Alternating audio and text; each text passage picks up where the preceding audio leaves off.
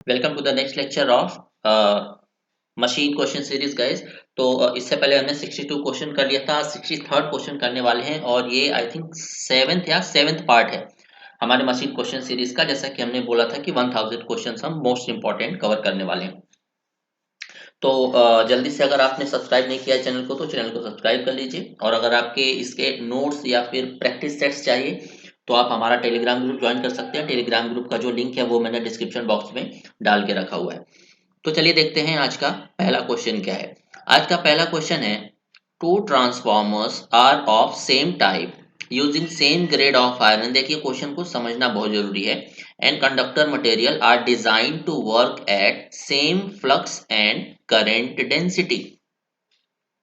बोला जा रहा है कि दो ट्रांसफॉर्मर हैं जिसमें हमने सेम ग्रेड का आयरन लगाया है, सेम कंडक्टिंग मटेरियल है, और जो फ्लक्स है दोनों ट्रांसफॉर्मर में वो भी सेम है और करंट डेंसिटी भी सेम है। तो देखिए करंट डेंसिटी सेम है, इसका मतलब क्या है, करंट डेंसिटी जे को बोलते हैं, जे हमारा क्या है, कांस्टेंट। करंट डेंसिटी हमारा कांस्टेंट है। अब आगे क्या बोला जा रहा है, but the linear dimensions of one are two times those of other in all aspect. मतलब जो लीनियर डायमेंशन है एक ट्रांसफॉर्मर की, वो सभी एक्सपेक्ट में दूसरे ट्रांसफॉर्मर से दोगुनी है। तो केवीए रेटिंग पे क्या असर पड़ेगा वो हमें बताना है। अगर हमने लीनियर डायमेंशन को डबल कर दिया तो केवीए रेटिंग पे क्या असर पड़ेगा। तो सबसे पहले देखिए जे जो है वो कांस्टेंट है, सेम करंट डेंसिटी पे हम दोनों ट्रांसफार्मर को ऑपरेट कर रहे हैं। और हम जानते हैं करंट डेंसिटी क्या होता है, करंट पर यूनिट एरिया। अगर जे कांस्टेंट है तो हम बोल सकते हैं current is directly proportional to area. अब मुझे बताइए, इसको रेशियो के फॉर्म में लिख सकते हैं ना, तो ये हो जाएगा I2 by I1 is equal to A2 by A1। अब एरिया क्या होता है, एरिया का जो यूनिट है वो होता है मीटर स्क्वायर। मीटर को अगर हम दो पार्ट में तोड़ें तो ये हो जाएगा मीटर इंटू मीटर। मतलब ये m ये एक डायमेंशन है और ये m एक डायमेंशन है। क्वेश्चन में क्या बोला जा रहा है कि सभी डायमेंशन को हमने डबल कर दिया है। तो m को भी डबल कर दिया है, m को भी डबल कर दिया है, तो m स्क्वायर क्या हो जाएगा, 4 टाइम्स, यानी कि एरिया 4 गुनी बढ़ जाएगी। So I2 upon I1 is equal to, पहले एरिया रही होगी हमारी A1, बाद में एरिया कितनी हो गई, 4 गुनी। सो 4 टाइम्स ऑफ A1, तो A1 से A1 कैंसिल आउट हो गया, I2 is equal to 4I1। एक रिलेशन हमें यहां से मिल गया। देखिए हमें केवीए रेटिंग निकालना है ना, तो करंट का तो हमने बता दिया कि करंट 4 गुना बढ़ जाएगा। अब हमें बताना है वोल्टेज कितने गुना बढ़ेगा या ईएमएफ। तो ईएमएफ इक्वेशन मैंने आपको डिराइव कराया था कितना, 4.44 बीएम, यानी कि maximum flux density. N, N का मतलब क्या है, net cross section area of conductor. Net cross section area of conductor और gross cross section area of conductor में डिफरेंस होता है, ये मैंने थ्योरी में बताया था। फ्रीक्वेंसी इनटू टर्न पर फेज। अब क्या बोला जा रहा है कि दोनों सेम फ्लक्स पे ऑपरेट कर रहे हैं और V बाई एफ का रेशियो कांस्टेंट होगा, इसका मतलब। तो यहाँ पे देखिए 4.44 कांस्टेंट है, bm कांस्टेंट है क्योंकि दोनों सेम फ्लक्स पे ऑपरेट कर रहे हैं, फ्रीक्वेंसी हमारी कांस्टेंट है, टर्न पर फेज कांस्टेंट है, तो EMF is directly proportional to A, यानी कि नेट क्रॉस सेक्शन एरिया। तो यहां से E2 by E1 is equal to क्या हो जाएगा, AN2 बाई AN1। अब मुझे बताइए डायमेंशन को डबल कर दिया जाए तो जैसा हमने यहाँ पे बताया, अभी यहाँ पे मैंने बताया ना एरिया के केस में एरिया क्या हो जाएगी, डबल हो जाएगी। सो अगर पहले एरिया AN1 थी तो बाद में एरिया कितनी हो जाएगी, 4 टाइम्स AN1। तो AN1 से AN1 कैंसिल हो जाएगा, सो E2 हमें मिल जाएगा 4 times of E1।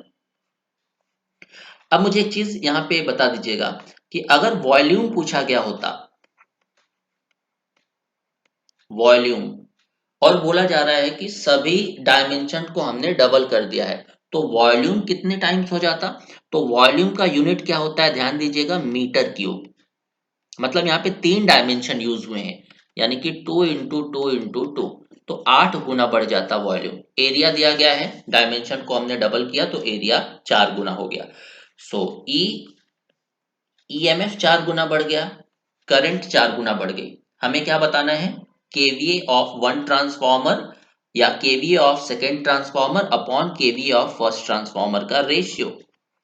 So KVA 2 upon KVA 1, सो के इंटू, पहले के रहा होगा, वोल्टेज हमारा क्या हो गया, 4 टाइम्स, सॉरी वोल्टेज पहले वी ही था,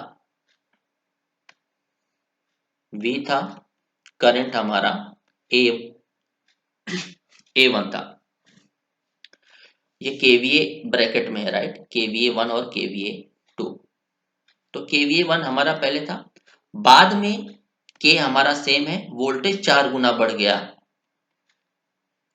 करंट ये एम्पियर है, राइट, एफ और एरिया मत समझ लीजिएगा, ये एम्पियर है, तो करंट भी 4 टाइम्स बढ़ गया, V इंटू ए, तो ये VA के सब कैंसिल आउट हो गया, KVA of second transformer is equal to 4 4 जा 16, 16 times of KVA of first transformer. तो इस केस में सेकेंड ट्रांसफॉर्मर की जो KVA रेटिंग है वो 16 गुना बढ़ जाएगी। करेक्ट, ये क्वेश्चन कई बार पूछा जा चुका है, ये गेट शायद 1992 में पूछा गया था। चलिए चलते हैं नेक्स्ट क्वेश्चन पे।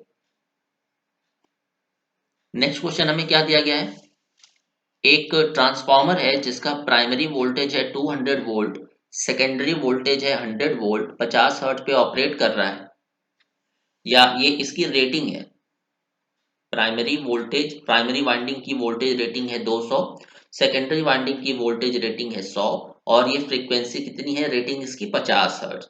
बट अगर इसी ट्रांसफॉर्मर को हम 40 हर्ट्ज पे ऑपरेट कराते हैं 100 वोल्ट साइड से, मतलब हम सप्लाई कहाँ पे दे रहे हैं, लो वोल्टेज साइड पे, और उस सप्लाई की फ्रीक्वेंसी है 40 हर्ट्ज, तो find the exciting current, sorry, for the exciting current to be same the applied voltage should be. अगर एक्साइटिंग करंट हम चाहते हैं सेम हो तो अप्लाइड वोल्टेज कितना होना चाहिए, तो यहां से हमें क्लू क्या मिला, एक्साइटिंग करंट इज सेम, यानी कि आई म्यू,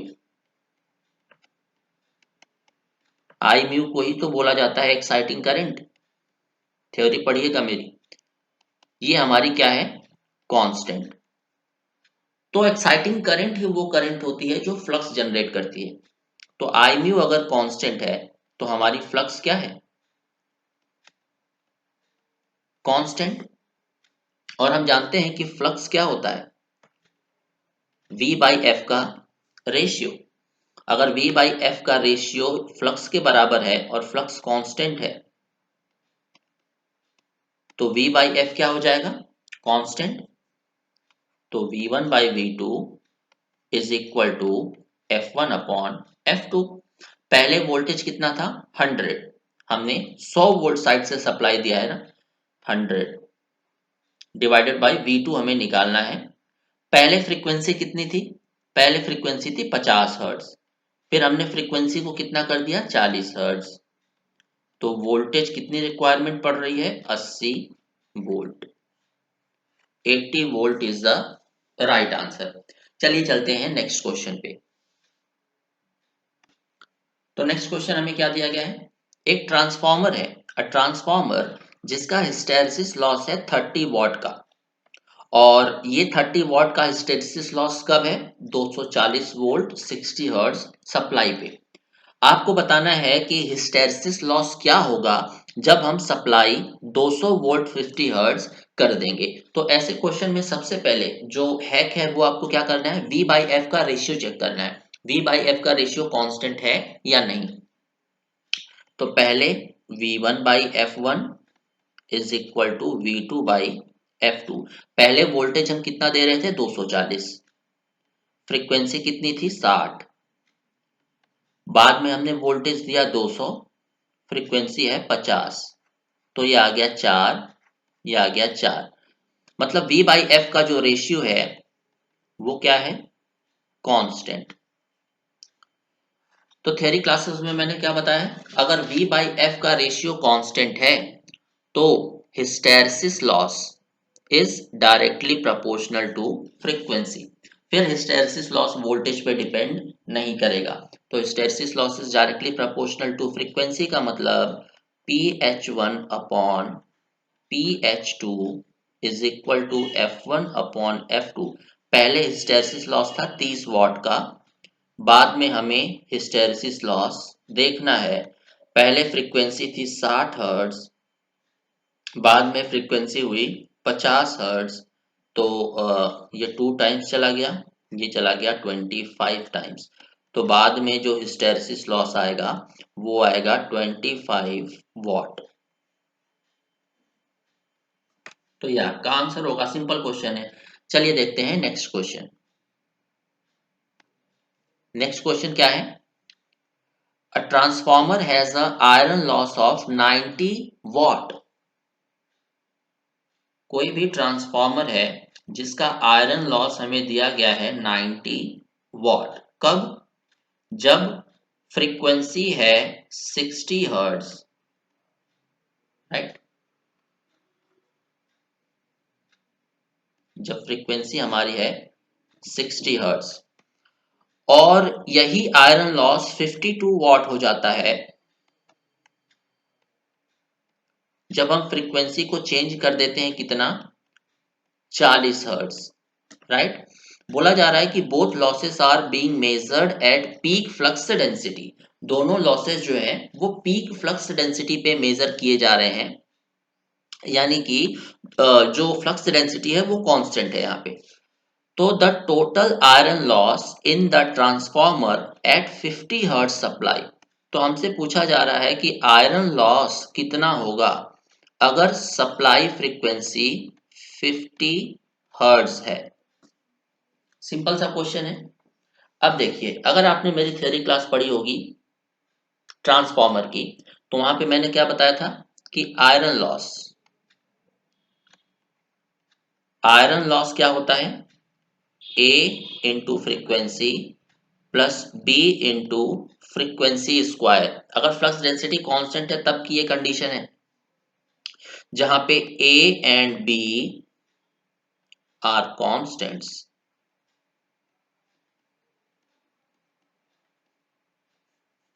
राइट। अब बताइएगा, 1 second, yes.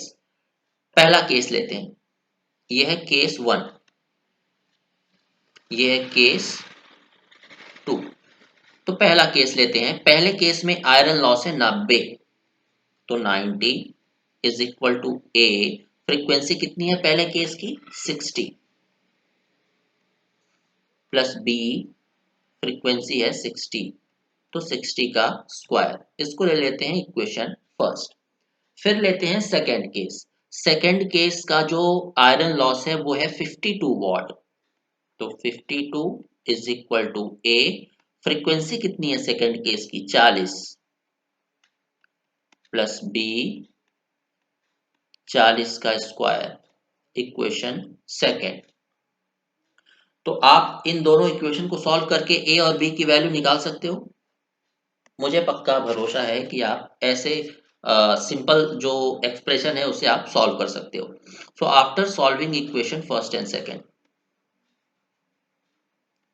After solving equation first and second, हमें ए की वैल्यू मिल जाएगी 0.9 और बी की जो वैल्यू है वो हमें मिल जानी चाहिए 0.01, राइट। और अब हमें ए और बी की वैल्यू पता है, और ए और बी क्या है, कांस्टेंट्स, मतलब ये हमेशा कांस्टेंट रहेंगे, चाहे आप फ्रीक्वेंसी कितनी भी कर लीजिए, 40 50 60 70 कितनी भी फ्रीक्वेंसी कर लीजिए, ए और बी की वैल्यू बदलेगी नहीं।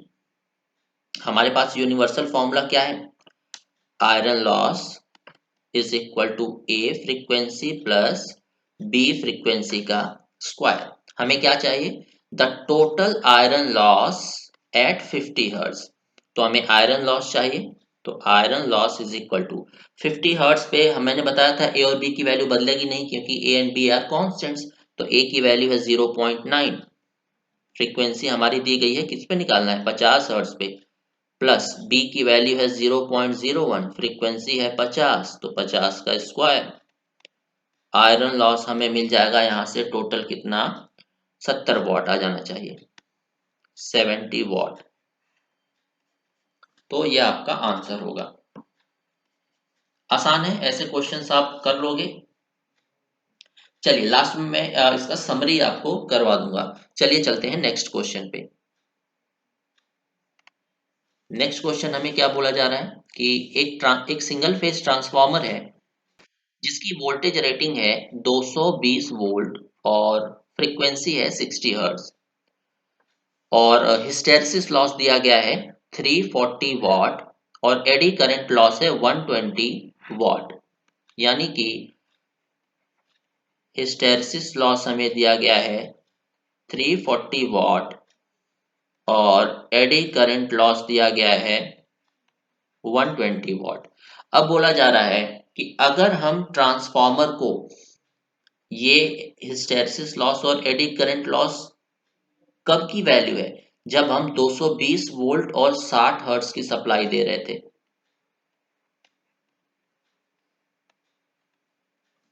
अब आपसे बोला जा रहा है कि अगर हम इसी ट्रांसफॉर्मर को 200 वोल्ट और 50 हर्ट्ज की सप्लाई देते हैं तो आयरन लॉस हमें कितना मिलेगा फॉर 200 वोल्ट एंड 60 हर्ट्ज? समझ में आ रहा है ये क्वेश्चन? तो ऐसे क्वेश्चन के लिए सबसे पहले क्या करना है, हैक मैंने क्या बताया था, V बाई एफ का रेशियो चेक करना है। V बाई एफ का रेशियो कांस्टेंट है या नहीं। So V1 by F1 is equal to V2 upon F2। V1 हमारा दिया गया है 220, F1 है 60, V2 हमें दिया गया है 200, F2 है 60। तो ये क्लियरली दिख रहा है कि V बाई एफ का रेशियो इज नॉट कांस्टेंट। और जब V बाई एफ का रेशियो कांस्टेंट नहीं होता है तो हिस्टैरिसीस लॉस क्या होता है? डायरेक्टली प्रोपोर्शनल टू वोल्टेज की पावर 1.6 फ्रीक्वेंसी की पावर -0.6। तो यहां से hysteresis loss 1 divided by hysteresis loss 2 is equal to V1 by V2 की पावर 1.6 F1 अपॉन F2 की पावर -0.6। सो पहले हमारा हिस्टैरिसीस लॉस कितना था? 340।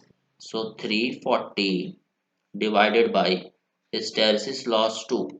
पहले हमारा वोल्टेज कितना था? 220। 220 बाद में हमारा वोल्टेज कितना है? 200 की पावर 1.6। पहले हमारी फ्रीक्वेंसी थी 60, बाद में हमारी फ्रीक्वेंसी थी 50 की पावर -0.6। हमें यहां से क्या मिल गया? हमारा हिस्टैरिसीस लॉस। सो PH2 यानी कि hysteresis loss at 200 volt and 50 hertz कितना मिला?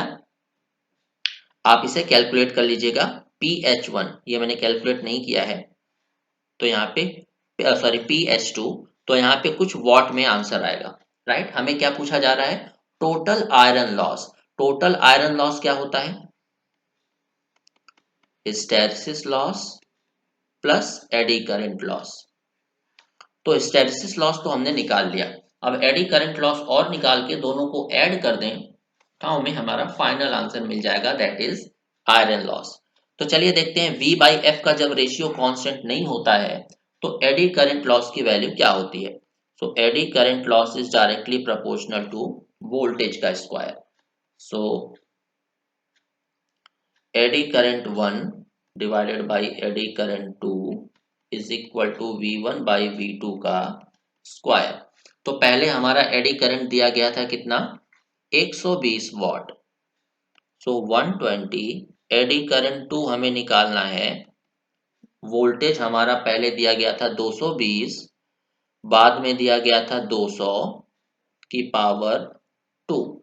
तो यहाँ से एडी करंट टू आप कैलकुलेट कर लेना कितनी आती है। जब आप टोटल आयरन लॉस निकालोगे, टोटल आयरन लॉस, तो PH2 प्लस PE2, तो ये आपको मिल जाना चाहिए 425 what. This will be your right answer. तो चलिए मैं आपको एक टेबल बनवा देता हूं जहां से आपको ऐसे क्वेश्चंस कभी गलत नहीं होंगे। यहां पे डालिएगा कंडीशंस,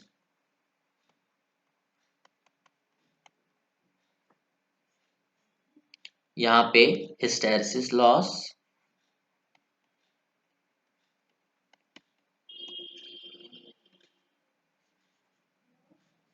यहाँ पे एडी करंट लॉस।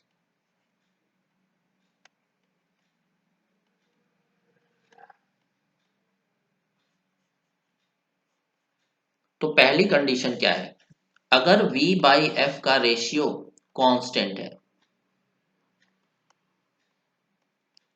तब हिस्टैरिसीस लॉस हो जाता है डायरेक्टली प्रोपोर्शनल टू फ्रीक्वेंसी, और एडी करंट लॉस हो जाता है डायरेक्टली प्रोपोर्शनल टू फ्रीक्वेंसी का स्क्वायर। ये पहली कंडीशन है। दूसरी कंडीशन क्या है, अगर V बाई एफ का रेशियो कांस्टेंट नहीं है तब हिस्टैरिसीस लॉस हो जाता है V1 की पावर 1.6 फ्रीक्वेंसी की पावर -0.6, और एडी करंट लॉस हो जाता है, सॉरी ये हो जाएगा डायरेक्टली प्रोपोर्शनल टू वोल्टेज का स्क्वायर। तो ये फॉर्मूला अगर आप याद रखते हो और हर क्वेश्चन में V बाई एफ की कंडीशन आपको पता है तो आप ये रिलेशन लगा के क्वेश्चन को सॉल्व कर सकते हो। चलिए चलते हैं नेक्स्ट क्वेश्चन पे। नेक्स्ट क्वेश्चन क्या है, the hysteresis and eddy current losses of a single phase transformer when operated from 240 volt and 60 hertz supply are PH and PE। तो बोला जा रहा है कि हिस्टैरिसीस लॉस हमारा है PH और एडी करंट लॉस है PE जब हम अपने ट्रांसफार्मर को 240 वोल्ट 60 हर्ट्ज पे ऑपरेट कराते हैं। आगे क्या बोला जा रहा है कि the percent decrease in these losses when the transformer is operated from 20 volt and 50 hertz. So percent decrement in hysteresis loss and AD current loss जब हम इसे 200 वोल्ट और 50 हर्ट्ज पे ऑपरेट कराएंगे, राइट। तो यहाँ पे हमें रेशियो निकालना पड़ेगा, एरर कितना डिक्रीमेंट हो रहा है। तो सबसे पहला हैक मैंने क्या बताया था, V बाई एफ का रेशियो चेक करिए। So V1 by F1 is equal to V2 by F2। 240 divided by 60 is equal to 200 divided by 50। तो यह आ गया 4 टाइम्स मतलब V बाई एफ का रेशियो क्या है, इक्वल। तो V बाई एफ का रेशियो इक्वल है तो hysteresis loss is directly proportional to frequency और eddy current loss is directly proportional to frequency square. तो चलिए देखते हैं परसेंट डिक्रीमेंट कितना होता है।